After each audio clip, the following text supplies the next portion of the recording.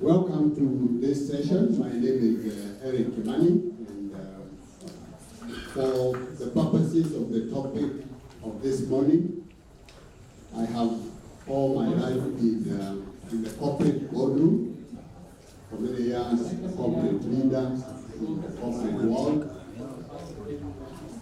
I hear we have translation, so I'm sure that will not disturb us. I've also chaired and continue to chair many boards. I chair a couple of charities. Two of them are members of this network. I have chaired a board in London for 6 years. I've just come from an advisory board in London again 2 weeks ago. So the philanthropy world is not new to me, besides my entrepreneurial and business work. The house rules, please be engaged. He said is engage, empower, and lead. So be engaged. You have spent all this time to come here from Zimbabwe, from Nairobi, from wherever. This one, skip away the gadgets and be engaged and engage with us. Let me begin by saying that the charity or a non-profit is as good as its leadership or its governance. Like corporate companies, is the same thing for charities. It is as good as its leadership and governance. It is thus important for philanthropy to create tools and frameworks that adequately measure and monitor governance practices. So I'm happy that you came today. People dealing with sound, we are capturing the other room. As we celebrate and recognize our leadership, philanthropy must also invigorate our leaders by supporting the development of their capacity, which is what has brought us here. I have, for example, noticed in my country that the NGO, the non-governmental organization coordination, this is not going to work.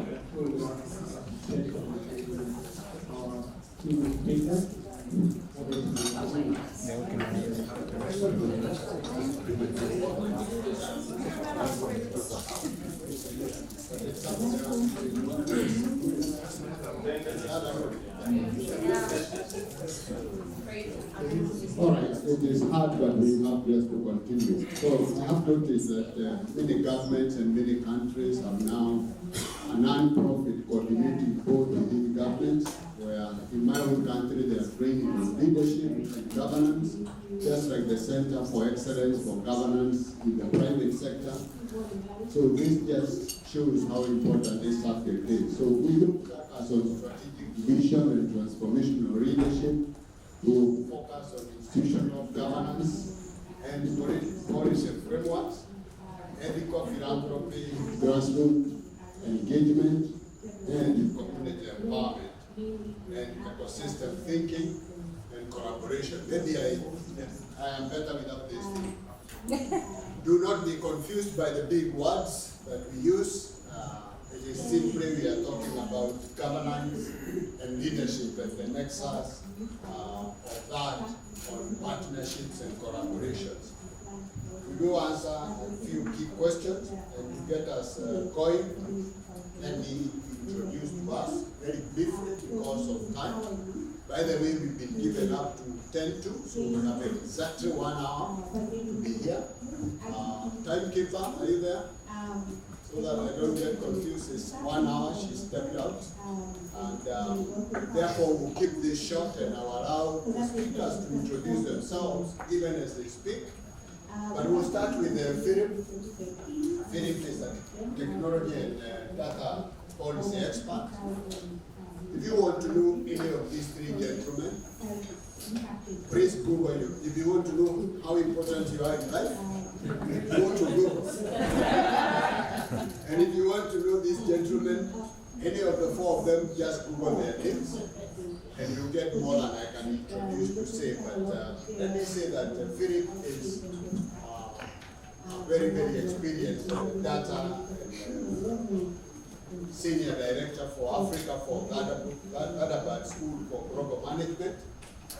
He was recognized as one of the world's top most influential people in 2018. He is currently a member of the World Economic Forum.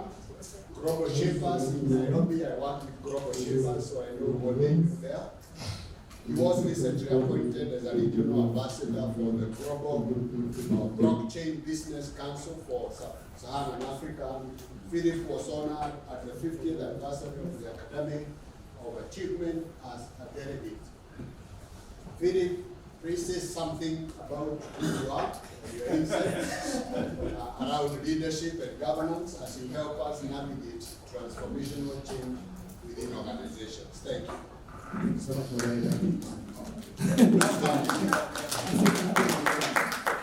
I think that's very quick, and I want to link it with the discussion in the morning, because sometimes we prepare these things and then we realize whatever you prepare is out. In the spirit of agility. So I think a couple of things. And when I was having this discussion of systems in the morning, I tried to locate a leader, whether it's a board, or an executive director, or a CEO within this context. And so the very nature of systems is they're complex. And so you understand what that does to a leader. But also, we're not in a vacuum. We are within a certain system. That's what I felt I missed here. So what is this system we are in? And for leaders, I think you'll understand when I give this characteristics. Right? From my world of technology, I'm a systems analyst and design by training. And so when you say systems, is what I can do. We're in what we call a mechanistic system. It's very important, right? And you'll understand this. It's structural hierarchy, that's why we're here. CEO, board, directors, blah, blah. It's very centralized. Very central. And so a lot of us were disturbed by COVID-19 when we were told you must have distributed teams, or people must work from home. So we were challenged in terms of this mechanistic system. We're very formalized. So when you tell me stop sending memos and send an email or a WhatsApp, I just don't know what to do. Specialization, right? So we hire very specific things. But then you realize that that system doesn't work anymore because of how the world is. You need people who are multifaceted and talented. And then things must be very predictable. You have an AGM, you have an annual report. But where we are right now, nothing is predictable. And there is a little step. COVID was a health pandemic that became an economic issue that became an mobility issue that became a security issue that became something else. And then communication was linear. Director talks to an assistant director, talks to a chief officer. And so this is the very nature of the system I think leaders are dealing with. And so when you say retooling, then what are we trying to shift towards? Right? And so what we have been proposing from our state is something we're calling an organic system. Because that is what we think is the retooling we need as a leader. And organic system is about flexibility, it's about adaptability, change. It's about being very decentralized. I think often with this centralization, it's about being responsive. I also advise my kids in Kenya, and we know this now in public sector, that the biggest issue right now is trust with citizens and responsiveness. And so how we need to retool ourselves, how are we being more responsive, how are we more collaborative? Because from competition to competition, right? It's beyond, you can't compete anymore because the problems are too many, and not one person can fix it. I think Jessica Ron articulated in the morning when Ford does X, when the others don't pull their weight, there's a problem with the challenge. And so, and based also on the organic system that I think we need to look at as leaders now, is to think about how do we then address continuous learning and improvement in very short sprints. 3 years strategic plans by next year. They're always changing. And so let me end by this point, also in terms of teams, even how, for example, an organic system must work. Must also think about how you hire teams, how your teams are cross-functional, cross-purpose. I work for a global organization. We have to work across regions in a way that we don't travel. in terms of building what we call agile organizations. And end with three things. First of all, I think as much as we're dealing with systems, to be able to deal with systems, embrace systems as a leader. Systems thinking, you must embrace this systems thinking. And I break them into growth mindset. You have to grow every single time. And growth mindset means agility, adaptability. The other piece, of course, you must have agile mindset, which I mentioned. The third one, which is always interesting when you shift, is you also must have global perspective. Because the systems we are dealing with right now are global. If you come from a sector, Uber will tell you what happened, Airbnb will tell you what happened. So you can be a taxi driver and something else comes. So as an organization, as a leader, how do you approach a global mindset so that you are aware of the larger systems that may disrupt you? Thank you. You have heard from him, but before we hear from the next person, may I ask that you keep writing your questions so that you don't forget them when we come to interaction. So that nothing is as predictable as change. Change is the only constant. He's talked about the three things: system thinking, growth, and global thinking. We will hang on to that. We'll come back to you. Let's just hear the introduction of one of our other speakers. Unless the speaker wants to add anything at this point. Not to that yet. Okay. To take us to another level now is our second speaker, who is a respected individual. Again, I refer you to Google as our best reference. John is the Regional Director of East and Central Africa at Trademark East Africa. Trademark Trade and Markets in East Africa is an East African not-for-profit which was established in 2010. It's focused on ensuring gains from trade resulting tangible gains for East African people. Before then, John was country director here in Tanzania. He was vice president of external affairs and sustainability for PG East Africa, I think the energy group. John was previously the executive director of Ford Foundation, which you have heard about this morning. He is the chairman of the University Council for Hubert Kairuki Memorial University, Dar es Salaam. He is, he's a member of the board of directors of Mwananchi Communications in Tanzania, member and vice president of board of directors of Tanzania Media Foundation. He's also a member of Africa Policy Advisory Board, One Campaign. He is also a fellow of the African Leadership Initiative, East Africa, and Aspen Global Leadership Network, which you heard about this morning in Colorado, USA. He is also a 2012 Senior Fellow of the Center of Philanthropy and Civil Society Studies at the Graduate Center of the University of New York. He has held many other leadership positions. John, please meet this crowd for a few minutes, a few words about yourself and the conversation in point. Please welcome. Thanks. First, let me start with corrections. I'm not sure who wrote something. That's the reason I never wrote Ford Foundation. I wrote the Foundation for Civil Society. Foundation. Yeah, the position that is now occupied by the Francis. Kiwanda back there, so I was the executive director before. When I worked for the foundation, I was a member of the then East African Association of Grant Makers, the EAPC, and I was the chair between 2008 and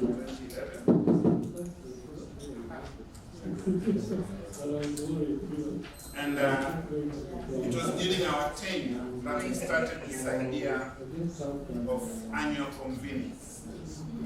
We thought it was important as leaders in philanthropic organizations to come together regularly and put our ideas together and do cross-pollination.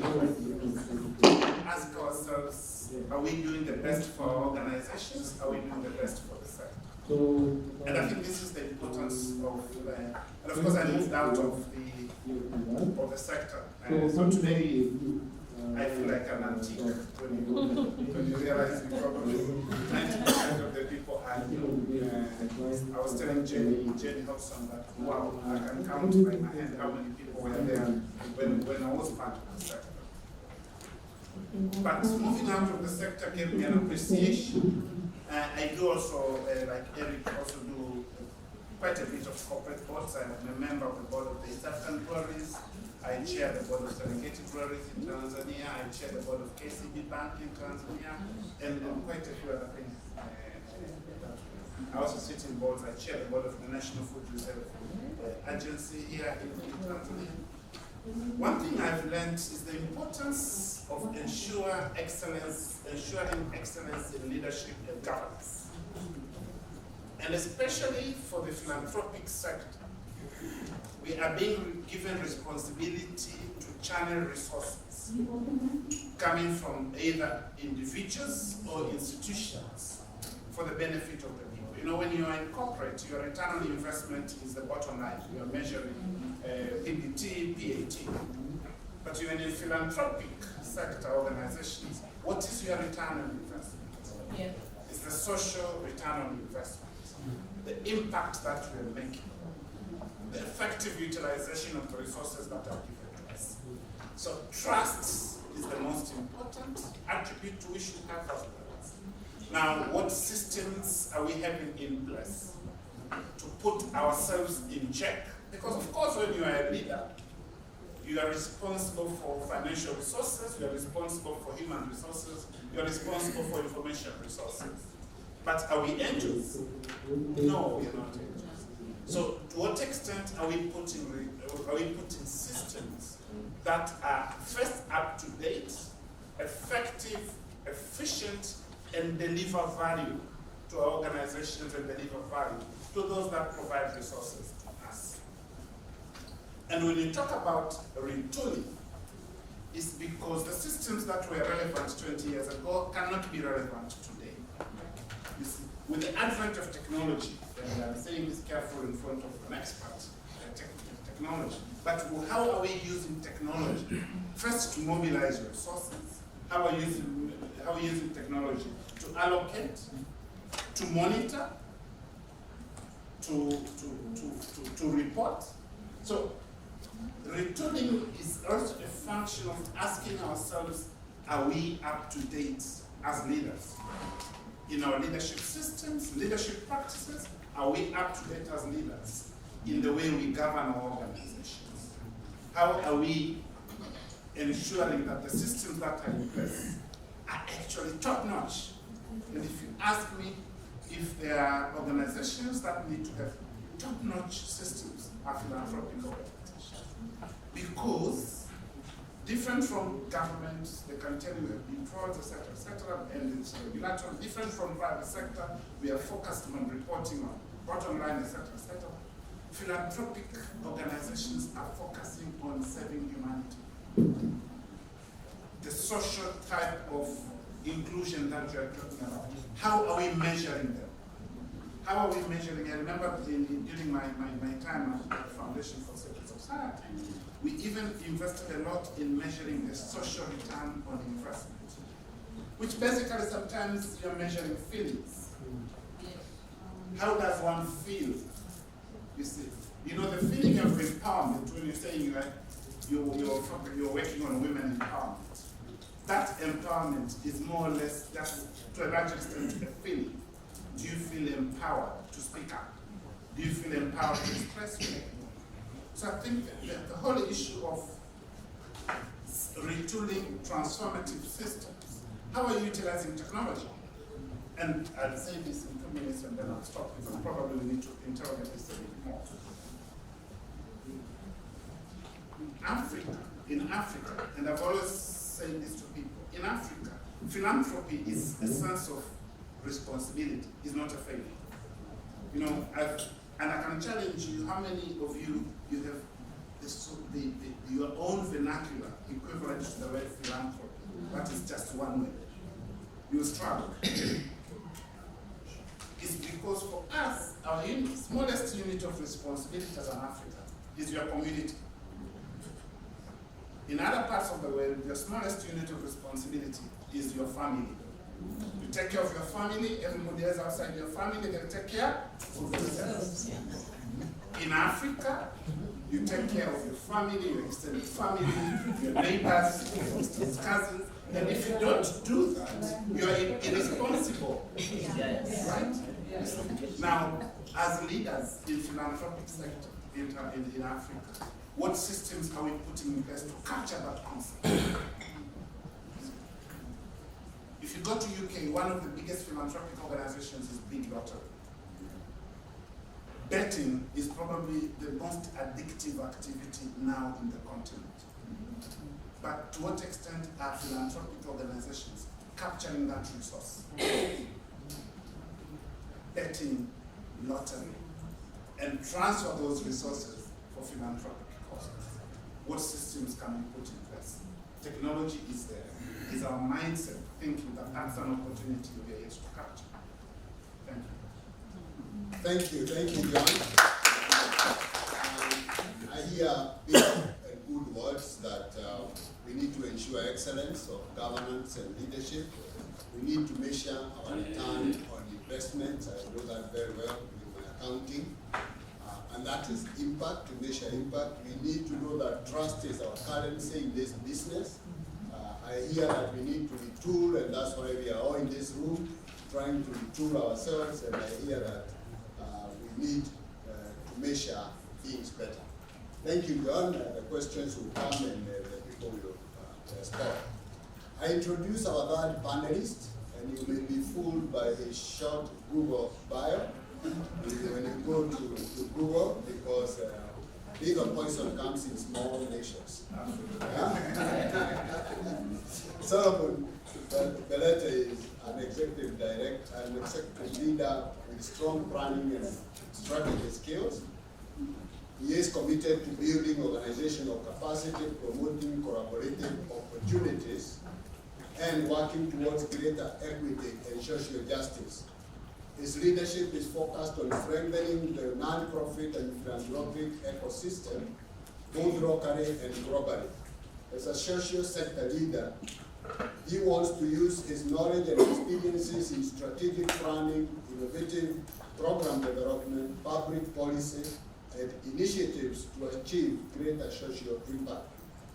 He recently founded the United States Africa Initiative, USAFI, an LLC to provide consulting services and capacity development to higher educational institutions, non-profit, civil society, and the philanthropic world.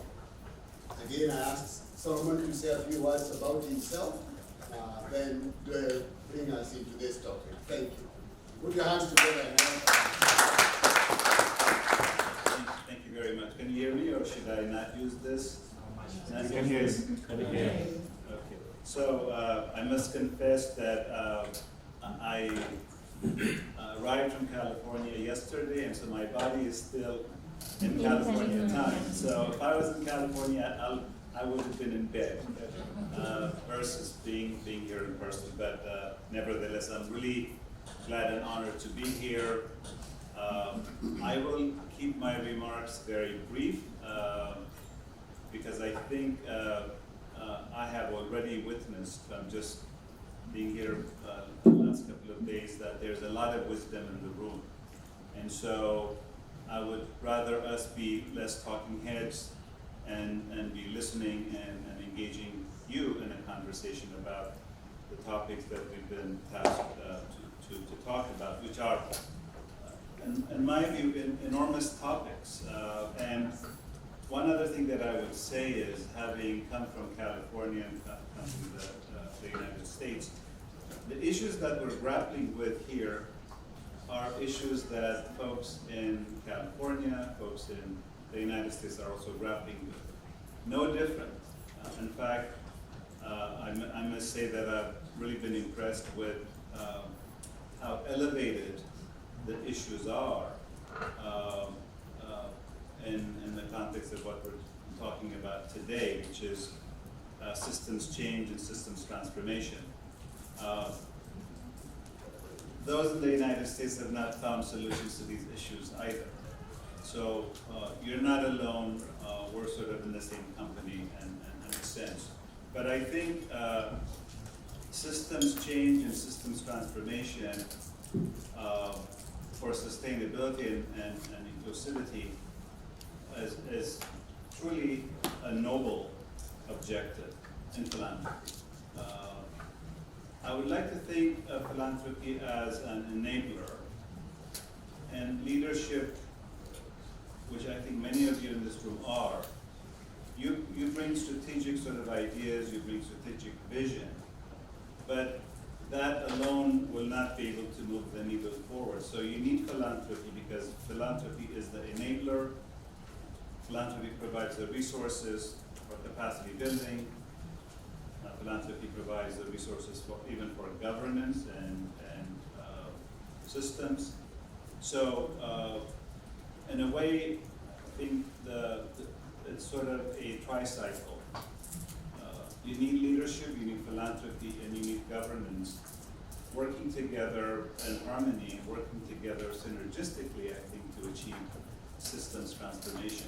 So if you have a tricycle and one of the wheels is broken, it would be very difficult to mobilize that tricycle. So if you could just keep that metaphor in mind, you need all three wheels of that tricycle to be able to operate in a synergistic and systemic fashion, to be able to tackle this issue that we're talking about, which is systems transformation.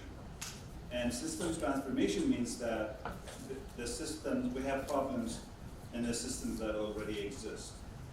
And you might be in the healthcare system, some of you might be in the educational system. It is, without exception, I think every system has issues to deal with. It may be a personnel issue, it may be a technological issue, it may just be an issue of not being able to deliver services in the most effective and efficient way. So every system is being challenged. And I think the problem that we have, both in the United States and perhaps even in here, is that we don't look at the intersectionality of systems. We tend to look at systems in isolation in a sort of fragmented fashion. And so I think the challenge for us as leaders is to be able to shift our thinking and our mindset from a fragmented approach or a siloed approach to one that really looks at the intersectionality of issues, and to come up with solutions and strategies that will then enable us to affect the change, the systems transformation that we're aspiring to achieve. The days of trying to do sort of to deal with issues in a singular way, in a tactical way even, are really ideas of the past, and I think what is called upon all of us to think about and to challenge ourselves is to move away from those kinds of tactical thinking and sort of piecemeal approach to one that is much more strategic, much more visionary, that we need to work together as leaders, all of you in this room, to bring the talent and the skills that we have, to work together collaboratively to advance systems change. And systems change is a long-term investment, and that's why I think philanthropy is important, because we need to have solid and strong infrastructure that can help us move forward and provide the systems and the tools and the resources necessary to be able to do that. So I'll stop here, but there are some questions. Yes, we will come to question time. Thank you for that, Solomon. I think you've used some very good names and good words. Systems transformation, strategic thinking. I speak often to younger people on entrepreneurship and tell them, that a lot of entrepreneurs and a lot of businesses fail for one thing, lack of systems. And I think someone spoke about it just now. So even as we speak about systems transformation, do you have systems in your organization? Well, not the big organization, those they're able to do it, but most of our systems. I run a very successful NGO in Kenya called Farmhouse Foundation. The reason we are very successful over the 20 years is we knew how to build the systems.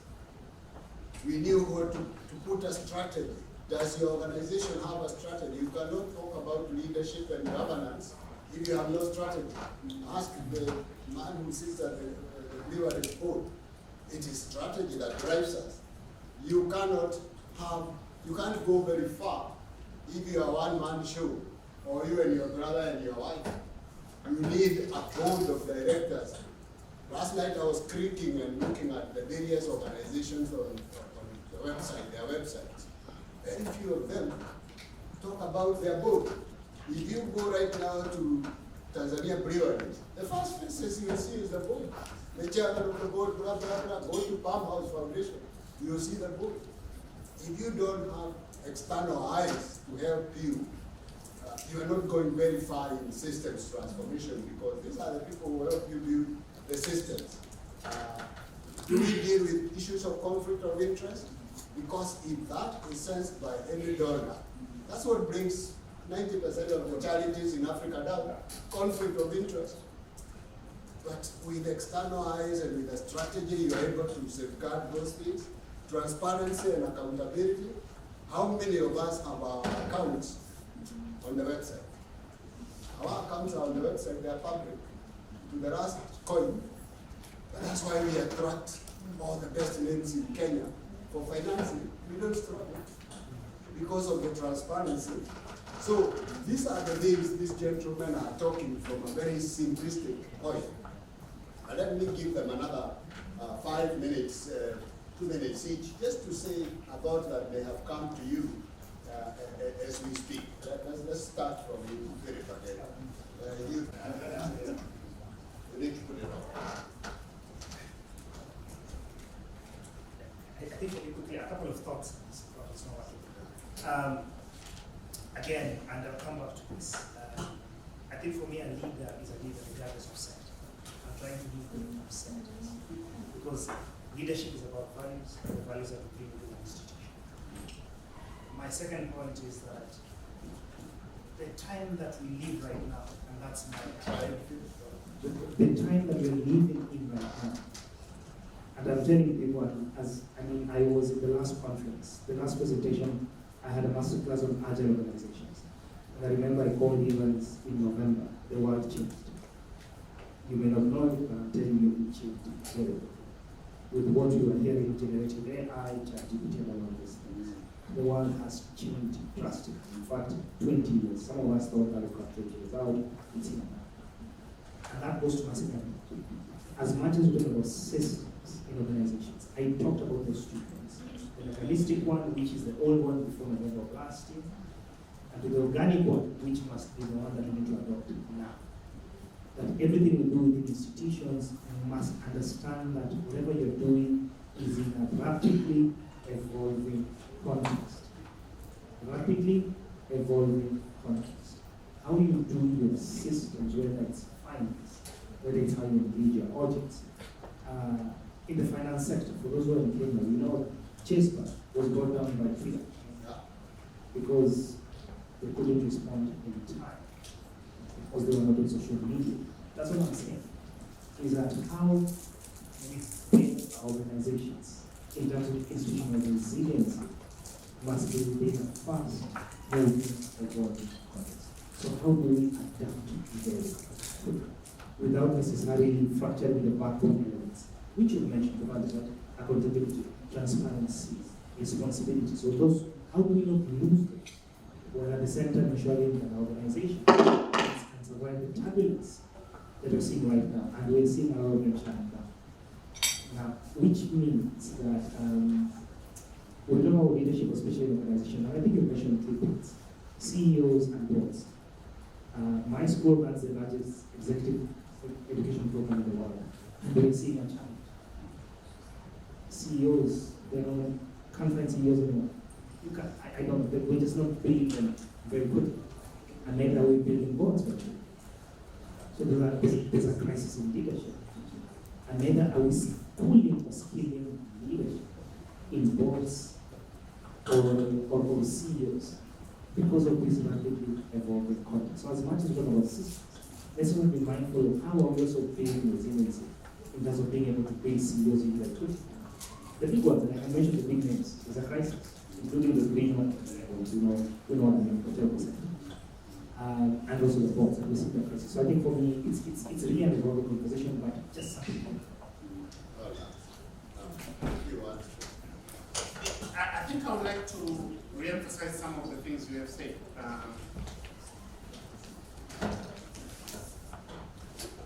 If you look at most of organizations, whether philanthropic or corporate organizations that have failed, most of them are a result of failure in governance. But also some of them, most of them, are also a result of failure in the lack of being able to adapt to change. Philip has rightly said, the world has changed completely. You remember what Charles Darwin said. It is not the strongest of the species that will survive, nor the most intelligent that will survive. It is the one that is most adaptable to change. See, the reasons the dinosaurs could not survive is because they were not the most adaptable to change. Now, as organizations and as leaders of organizations, if we look at our systems, are those systems most adaptable to change of the current environment? Our population is changing and is changing very fast, the nature of our population. The demands of those populations are changing very fast. The population that we're saving. The nature of our funding is also changing.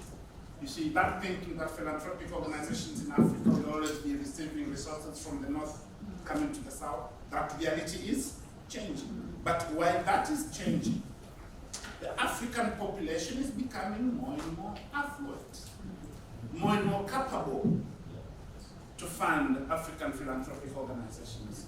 But how have we created systems within our organizations able to capture resources from Dangote, able to capture resources from Kenya and the likes? How also are we able, if you look at the systems created, for example, in the West or in the North, they're able to capture $1 to getting $100 million to getting. Are we not able to capture equivalent of $1 from the African middle class, which is increasing, but also capture it in a way that they should be able to trust that this dollar of mine, which probably I could use for betting, I can actually use it to pay or to contribute to paying school fees of a child who cannot afford. How are we using technology and creating governance systems that will enhance transparency, you've talked about, will enhance efficiency, will be able to provide up-to-date reporting. I contribute, for example, some of the contributions I know my sister know, I contribute to a church. And one thing I like about that church is every time I contribute, you get a message back. Thank you for contributing, we have received this amount of money from you. And regularly they'll give you update. So you feel like, okay, so my money has actually hit the right pot and is actually being used. To what extent are we adopting such technologies and such systems? So transformation is a result of the system. The world has transformed and not all of our organizations have transformed. And if they have not, it is our responsibility or irresponsibility as leaders that they have not transformed. And the conversation we're having today is to making sure that we lead that transformation sooner than later. Thank you. Before I invite someone to comment, any comment you ask, just prepare yourself to talk about grassroots engagement and community empowerment. Because we need to answer the question, how can grassroots engagement and community empowerment effectively leverage these system changes? But even as we do that, I'm listening to the conversation there. Is in terms of question on this. How can ethical practices be integrated in governance? I think we've addressed it, but is there anything you would like to add about ethical practices? The two of these. I think sure, and I came back, and that's what I said. We're going back to the core of what leadership to the true essence of what leadership is. In terms of, and that's what the mold is cracking, because leadership has been framed in an anomaly. And now I think where the world is going with access to information, with education, and with also the citizenry or the grassroots communities being very vocal, but also being very articulate in terms of their needs and the expectations. And then the moral grounding of what leadership is as well. And so ethics now becomes one of the biggest values. When they're talking about, whether it's issue of patriarchy, we see that it's breaking. Issues of climate that is breaking. Corporate powers being challenged that is breaking, especially our corporates and governments. And this is a big thing. All around ESG, so we're seeing, well, we are all coming back. But so I think my sense is that maybe it's a good pressure that everybody now has a standing. Thank you. Maybe Solomon, you can comment on the grassroots engagement. Let me say a little bit about ethics, though, because I think, and then I'll switch over to the grassroots engagement piece, which I'm sure most of you know a lot more about that than perhaps I do. But I think ethics, when you mentioned the lottery situation, it sort of took me back to many years ago when I was executive director of a community-based organization, where someone came and wanted to make a donation to the organization. And the person that came to me and was willing to sort of make this offer, this financial contribution, as we uncovered the situation, the source of that money was actually not one that we as an organization would accept because it would violate sort of the ethical principles of the organization. So I think there are a lot of donors out there that want to give you money, but you have to be very careful to make sure that it is compatible with your values and your ethical principles as an organization. And I know that's an issue. And the other thing that I would say, I think, just in terms of ethics, is at least in the West, a lot more has been developed and a lot more has been written about ethics and the role of ethics in philanthropy. Just look at the code of ethics and the different sort of dimensions that the code of ethics talks about. And it's not just financial management, but it includes things like transparency. It includes just the whole process of how you accept donations, whether or not you're thanking donors in a timely manner. So there's a lot that I won't be able to go into much detail here, but ethics is an important and foundational principle in philanthropy, and I would just urge you to look at that. The Donor Bill of Rights is another one, DBOR, as it's known, that also goes into a lot of detail about what's expected of organizations that are accepting donations. So let me switch over to community engagement or grassroots engagement. I think that is more the what. It's sort of the catalyst, I think, for systems transformation.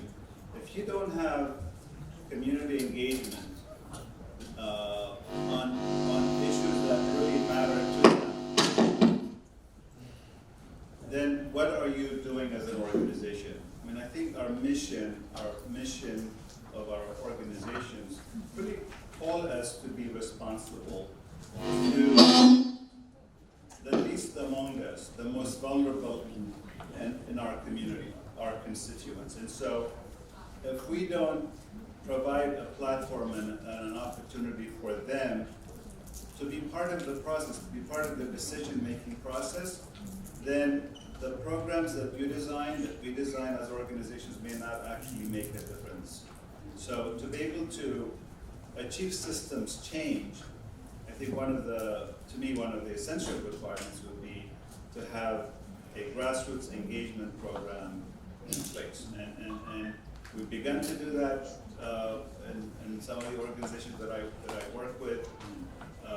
Typically, nonprofits are, I think, leery about getting too involved with residents and community members because they just don't want to share power. They don't want to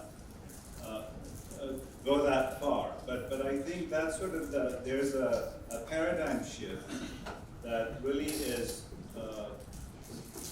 again, saying to all of us that we need to have residents, we need to have grassroots engagement if we're going to be successful in systems transformation. So again, there's a lot of literature out there on grassroots engagement, all the way from just informing people to really empowering them and making them part of the decision-making process. And so, again, I'm happy to share with you privately if you're interested on some of the literature that's available on that topic. Thank you. Thank you. Sorry. But before you go, John, I want you to prepare an answer to the question. You and Philip, the collaborative frameworks and the strategies for partnerships. I want you to make a quick comment that as we do that, maybe you can go on with your question. Not a question. I wanted also to add a bit of thoughts on the whole concept of discussion about ethics. For me, if somebody asks me, what do you think are the top 3 qualities of a leader, I usually will say national intelligence. Now, ethics is around integrity. And I completely agree with what someone just said. Most of us undergo through due diligence by our donors, but we don't do due diligence of our donors. How much do we know of our donors to be able to say, I can take this, I will not take this. This does not align with our values. So, ethical source of funding, I think it's an area that we don't talk a lot. We usually jump as leaders, we'll always jump into the next available opportunity to fund our organizations without doing enough due diligence of what are the intentions. Now, number 2, once the resources come to your way, are you utilizing them in the way that you told your donors? To what extent are we doing zigzagging of our resources? Number 3, and this is also probably controversial. Once you are in charge of those resources, you attain some sort of power. Because you have resources now, your organization is rich. You start behaving differently as a leader. Because you have power over resources. If you are a man, you know what you can do with the resources. Most of us, as men, when you have those resources, you can utilize them to fulfill your personal needs, and very unethical. And that's why we have a lot of those Me Too sometimes type of incidents. So yes, ethics is something that should be upheld at whatever cost. And we should not feel ashamed to tell our peers that you're being unethical. Usually we'll tell them that guy is very smart. He's getting a lot of donors a lot of resources from donors, and these things are good. But is he being ethical? You see? Now, collaboration, and especially in the current environment where competition for resources has massively increased because of increased global needs. Should we be selfish? Because to collaborate, it requires extra time, it requires a lot of compromises. To what extent can we create synergies amongst our organization? Are we using these platforms to say, what are you doing and what am I doing? We might be doing exactly the same thing. Instead of looking at ourselves as competitors, we should look at ourselves as collaborators. Because the market is such huge, not a single organization can fulfill all the needs and the problems that we have in the continent is aware. So we have to create those collaborative approaches where if we come together, we deliver more than if we work individuals. Next. Thank you. Maybe a final comment on collaboration, partnerships, and collective action. I again, I come from, and I don't have to sell this, honestly. In the last 2-3 years, it was difficult before 2019, when I got to 2019. We know for sure that the COVID-19 vaccine was a result of COVID. People would have made a lot of money, but because there's a public good, they had to be delivered, people had to collaborate. And that for me is your lesson. Why are you in the organization? Right? And if that organization is for public good, then collaboration is an obvious way to deliver that public good, because the more you want, the more you can do. Thank you. I think we are into the space of the questions now. Time is running out very quickly. If you have a question and you want to write it down and pass it to those two ladies, the lady and the gentleman, you can give them the question in a paper. I'll be looking at it. As we take one or two, I will determine how many go first.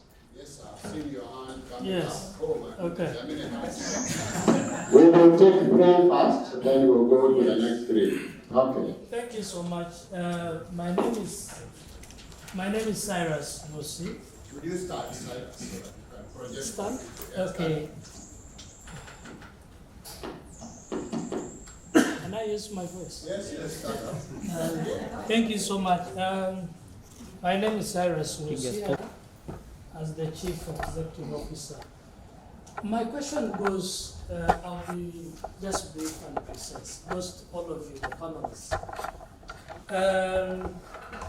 It's really good, and you've been telling us how to be a good leader. But we all know the context of our continent. I think there are three things that may make someone not being a good leader, or that can form someone to be a good leader. First, the civil society in Africa is controlled by the state, by the government, is monitored. So I think, how can you be a good leader if you have no political will? How can you be a good leader if there are no policies that organizational friendly?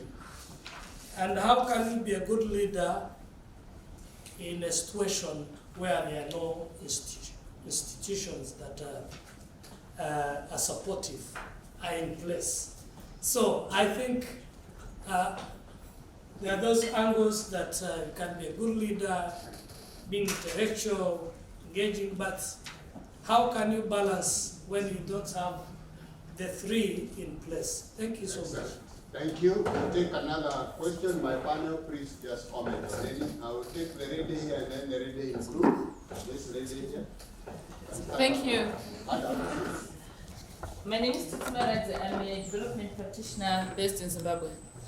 So I am aware and I'm working a lot in the development sector, and one of the things that I know that relates to governance and leadership is that most civil society organizations suffer from a disease called projectitis.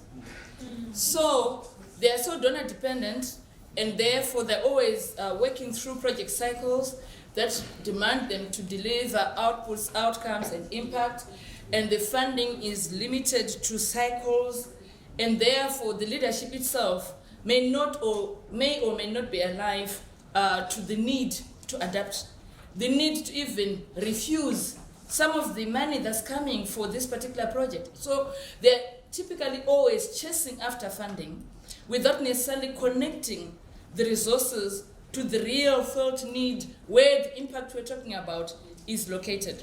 Where do we even begin to change this trajectory? Thank you. The lady in blue.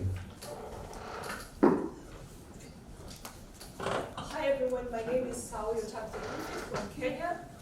My question is directed specifically to Philip, and this is based on the first statement, Philip, that you made around mechanic versus organic in terms of systems.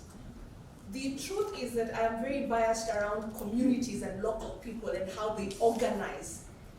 And the observation that I've had working in this space for more than 10 years is that communities know exactly how to organize. They have systems, they have structures, and they They bloody know everything and everyone around their space.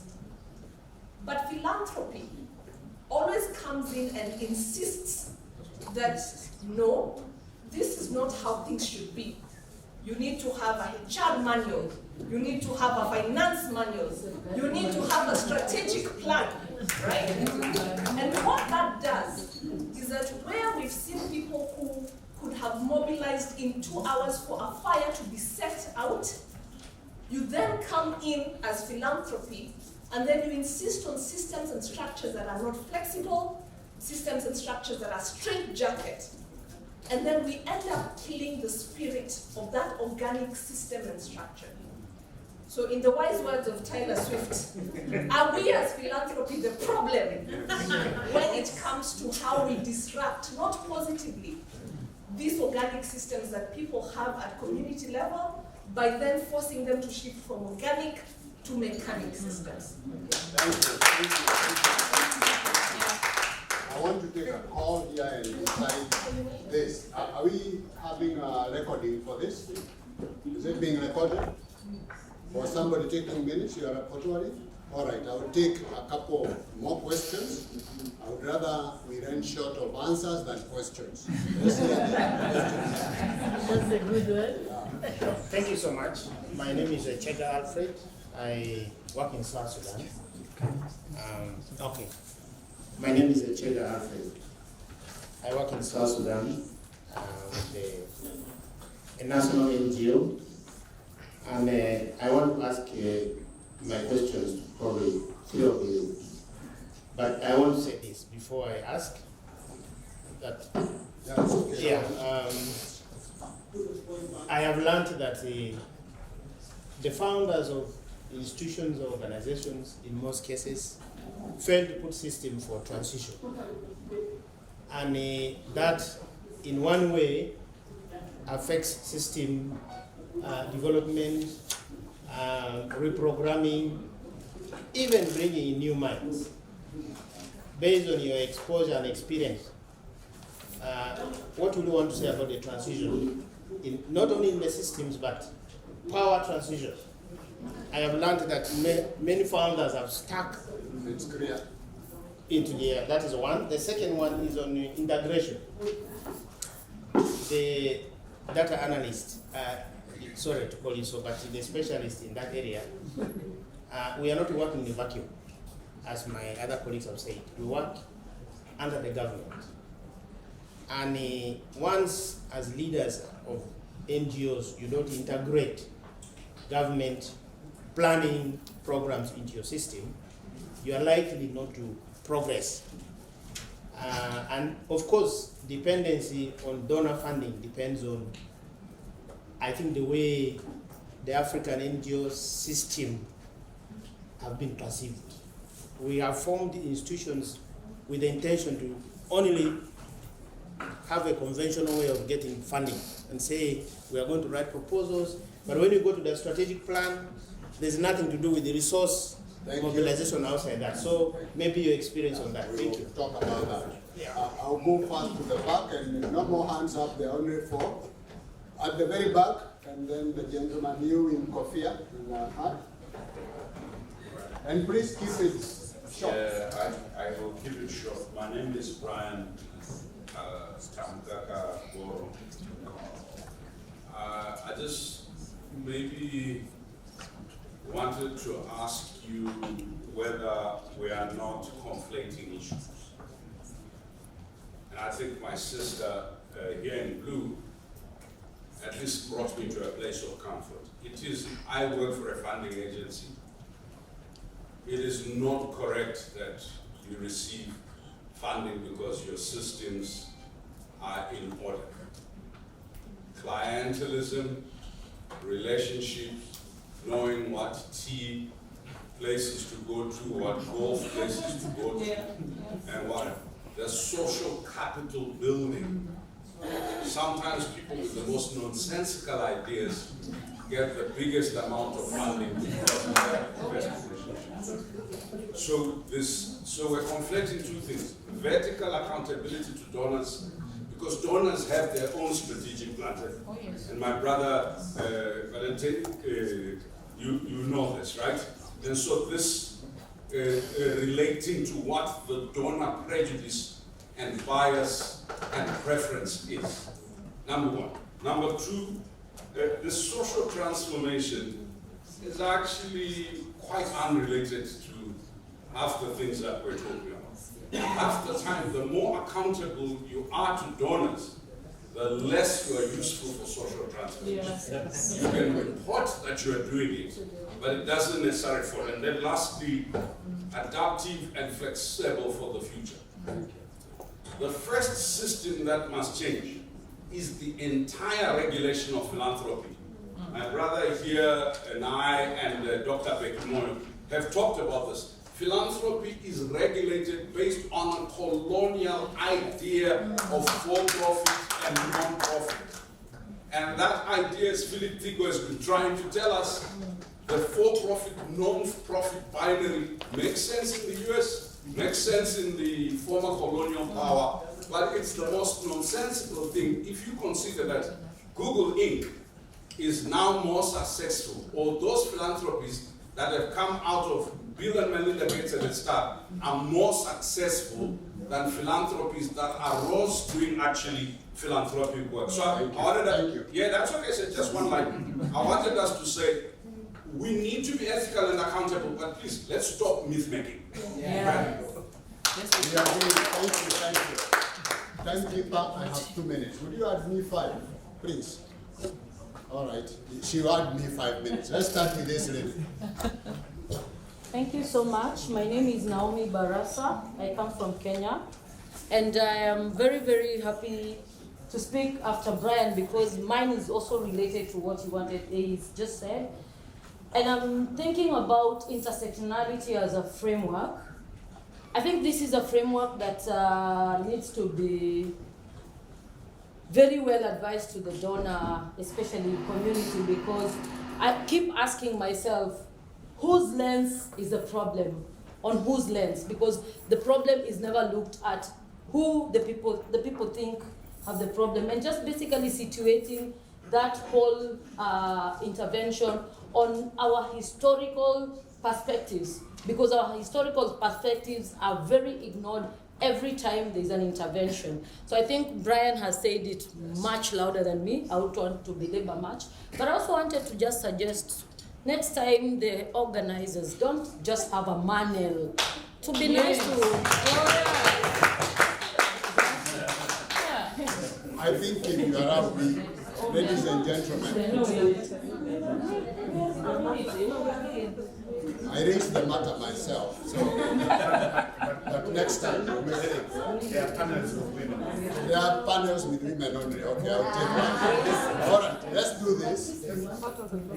I sense that this discussion, we cannot exhaust it. Yeah. There is a lot of interest. And I want to promise one thing as your moderator. I have the emails of the entire group. The questions that have been fielded here will be recorded by East African Philanthropy Network. I'll circulate to the 4 of us. We will make individual comments, and I'll circulate to the entire operation. Would you agree to do that, my panel? Yeah. So they will all comment their own perspective, and I'll circulate it to East African Philanthropy, who will then send it to other people. So let's hear these last 2 questions.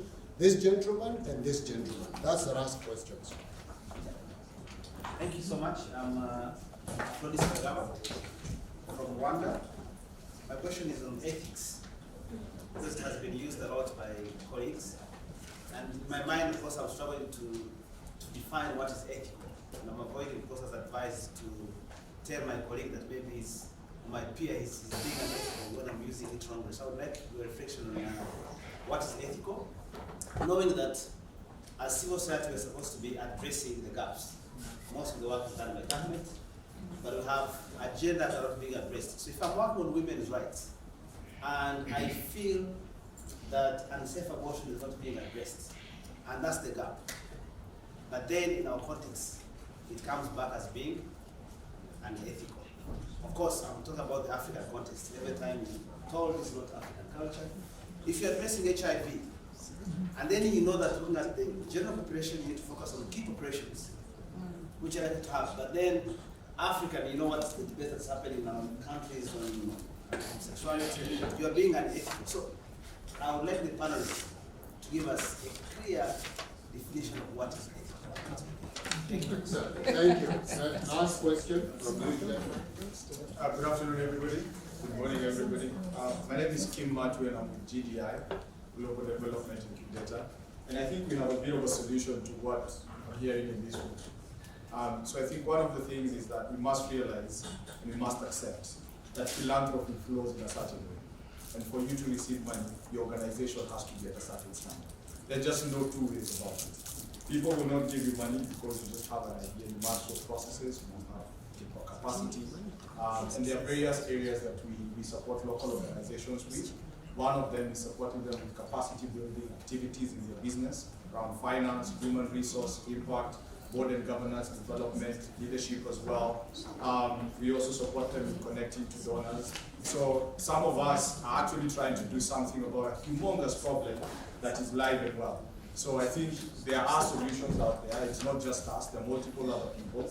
But one of the things that we must accept is that for us to receive international funding, we must operate in a certain way, and there's nothing we can do about it. So instead of always just saying, oh, this happens, this happens, this happens, I think it's better to just look within and see what are the things that I need to do to ensure that my business is efficient, proper reporting. Something like simple having a proper governance structure.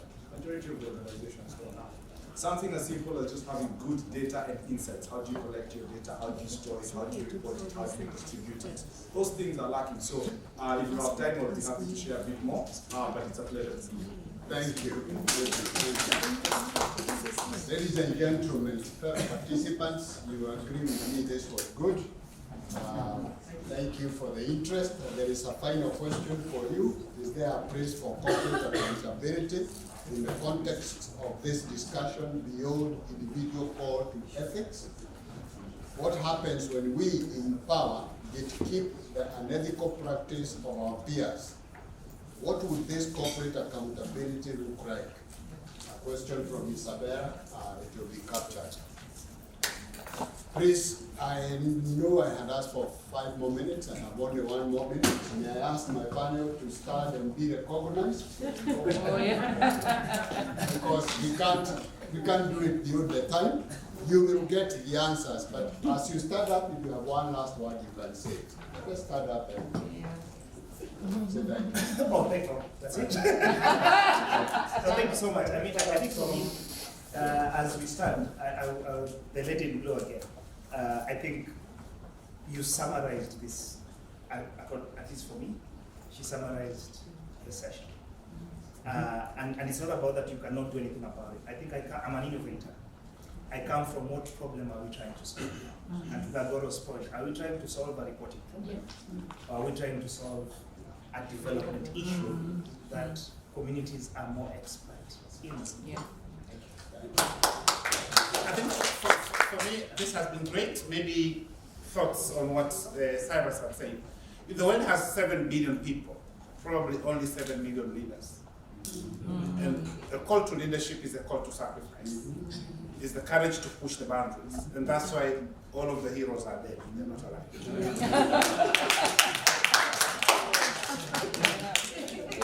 I just want to express gratitude for, your participation and your questions and your comments. I think one of the things that I would say, just in terms of philanthropy, is that, we talk about a culture of philanthropy and what that consists of. And I know when we're looking at the African sort of context, I think we have to make sure that the Western sort of description or definition of a culture of philanthropy may not be applicable. So I think we just have to figure out what is the appropriate sort of culture of philanthropy.